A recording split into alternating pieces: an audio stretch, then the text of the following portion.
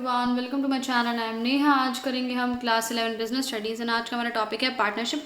And guys, इस channel पे जितनी भी वीडियोस करेंगे वो सभी एनसीईआरटी की बुक्स में से करेंगे। सो देखो, हम अभी तक सोल प्रोप्राइटरशिप पढ़ते आ रहे थे, जिससे कि सिंगल आदमी ही बिजनेस चलाता है।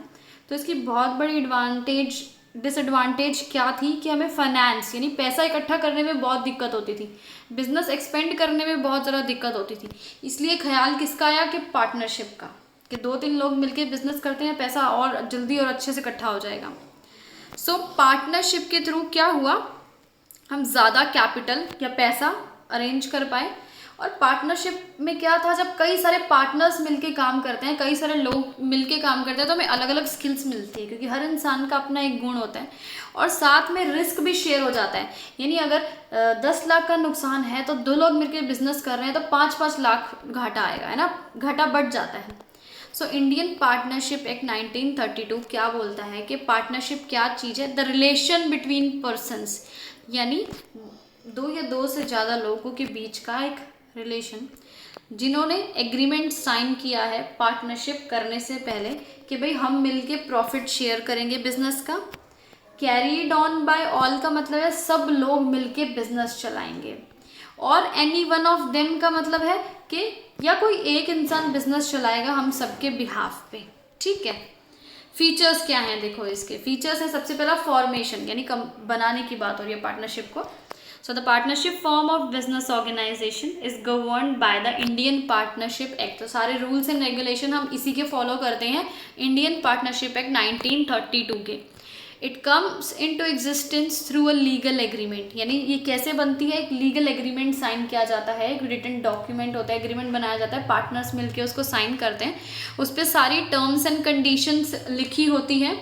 और उसमें रिलेशनशिप के बारे में भी लिखा होता है कि पार्टनर्स का कैसा रिलेशन होगा, वो प्रॉफिट कैसे शेयर करेंगे, लॉस कैसे शेयर करेंगे, ठीक है, और बिजनेस किस तरीके से किया जाएगा, सारी चीज़ जो है उसमें एग्रीमेंट में लिखी होती है कि बिजनेस लॉफुल होना चाहिए।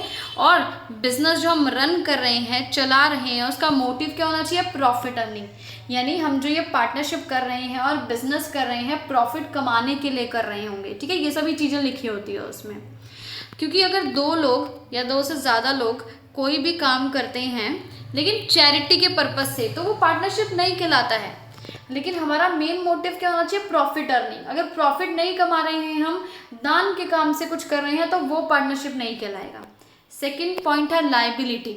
The partners of a firm have unlimited liability, यानी सबकी लाइबिलिटी अनलिमिटेड होती है। इसका क्या मतलब होता है अनलिमिटेड लाइबिलिटी का? मतलब personal assets may be used for repaying debts in case the business assets are insufficient. यानी ये बोल रहा है कि अगर बिजनेस में कोई घाटा हो जाता है या कर्जा हो जाता है, तो आपके पर्सनल एसेट्स को भी बेचना पड़ेगा। ठीक है, बिजनेस एसेट्स अगर इनसफिशिएंट का मतलब है कम रह जाते हैं बिजनेस में, जैसे कि हमने सारी चीज़ बेच दी फिर भी कर्जदारों का कर्जा नहीं उतरा, तो आपको अपनी पर्सनल कार, पर्सनल घर सब कुछ बेच के पैसा चुकाना पड़ेगा। Further the partners are jointly and individually liable for the payment of debts. अब पार्टनर्स चाहे जॉइंटली मिलके करें, चाहे इंडिविजुअली, चाहे अलग अलग करें, लेकिन डेट्स जो है, जो कर्जा है, उधार है, वो आपको लौटानी ही पड़ेगी। Jointly all the partners are responsible for the debts, यानी सभी पार्टनर्स बराबर ही रिस्पॉन्सिबल हैं डेट्स को लेके, सबको भाई चुकाना पड़ेगा कर्जा। And they contribute in proportion to their share in business. और जब वो अपना कंट्रीब्यूशन देंगे, यानी काम करेंगे बिजनेस में, तो कैसे काम करेंगे? In proportion to their share लिखा है यहाँ पे, यानी जितने हिस्से में उनके शेयर्स हैं उसके हिसाब से काम करेंगे। जैसे कि अगर 100 अगर शेयर्स हैं, तो उसमें से जिसके पास 10 शेयर हैं तो वो उतना ही काम करेगा थोड़ा, जिसके पास 90 शेयर्स हैं वो ज़्यादा काम करेगा या ज़्यादा घाटा उठाएगा या ज़्यादा प्रॉफिट भी लेगा। आगे देखो क्या लिखा हुआ है, individually to each partner can be held responsible for, individually भी हर एक पार्टनर रिस्पॉन्सिबल होगा कि भाई डेट्स तो रीपे करने पड़ेंगे, चुकाने ही पड़ेंगे। हाँ ठीक है, एक इंसान ने अगर सारा पैसा चुका दिया है तो वो पार्टनर क्या करेगा? लेटर यानी बाद में दूसरे पार्टनर से पैसा रिकवर कर लेगा। ठीक है, बोलेगा भाई जितने जितने तुम्हारे शेयर्स हैं, जितना तुम्हारा हिस्सा है, उसके हिसाब से मेरे को अपने अपने पैसे दे दो। ठीक है, मैंने पैसे सारे चुका दिए हैं। नेक्स्ट पॉइंट है risk bearing. The partners bear the risk involve in running a business as a team. सारे पार्टनर्स एक टीम की तरह जो है सारा रिस्क उठाएंगे।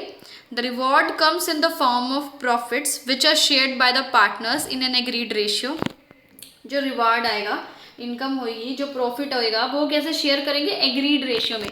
यानी एग्रीमेंट करते वक्त उन्होंने एक रेशियो डिसाइड की होगी, जैसे कि तुम्हें 50% प्रॉफिट मिलेगा या फिर दूसरे को 50%, या तुम्हें 40% मिलेगा तो दूसरे को 60% मिलेगा। ऐसे जो रेशियो डिसाइड की है ना, उसी रेशियो के अकॉर्डिंग जो है हमें प्रॉफिट मिलेगा, और लॉस जो होगा वही सेम रेशियो में शेयर करेंगे। जैसे कि अगर 100 रुपये का नुकसान हुआ है और 40-60 की रेशियो है, तो एक को 40 का नुकसान होगा, एक को 60 का नुकसान होगा।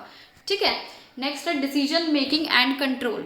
ये पॉइंट देखो क्या कह रहा है, the partners share amongst themselves the responsibility of decision making. सारे पार्टनर्स जो है मिल के डिसीजन लेंगे, सारा कंट्रोल सभी पार्टनर्स के हाथ में रहेगा।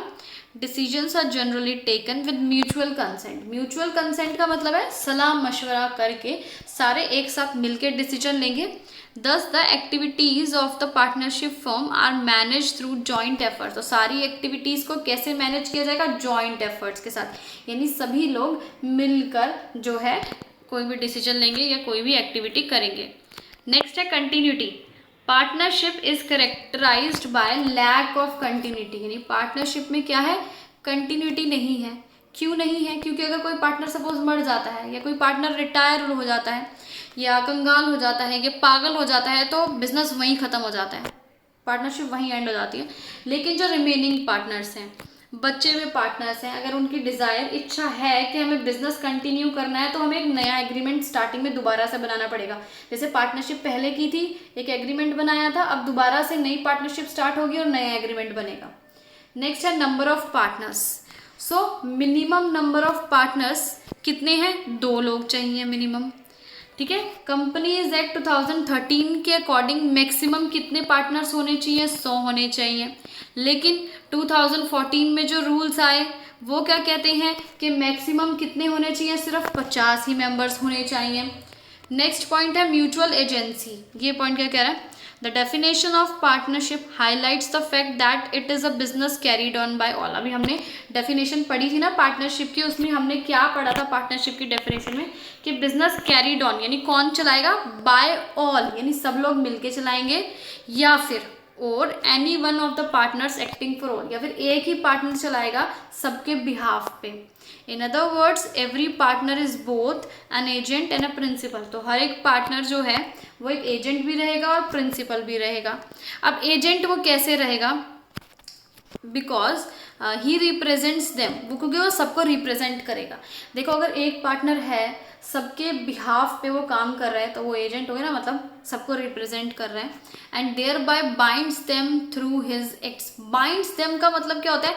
अगर उसने कोई भी कॉन्ट्रैक्ट साइन कर लिया तो सभी लोग उस कॉन्ट्रैक्ट से बंध गए, यानी सब लोगों को उसको ऑबे करना पड़ेगा, मानना पड़ेगा उस कॉन्ट्रैक्ट को। अब वो प्रिंसिपल भी है, एक पार्टनर जो है जैसे एजेंट है वो प्रिंसिपल भी है। कैसे है? He too can be bound by the acts of other partners. यानी अगर दूसरे कोई पार्टनर कोई एक्ट करते हैं, कोई किसी के साथ कॉन्ट्रैक्ट करते हैं, कोई एग्रीमेंट साइन करते हैं, तो उसको भी मानना पड़ेगा। ठीक है। इसका ये वीडियो खत्म हो गया।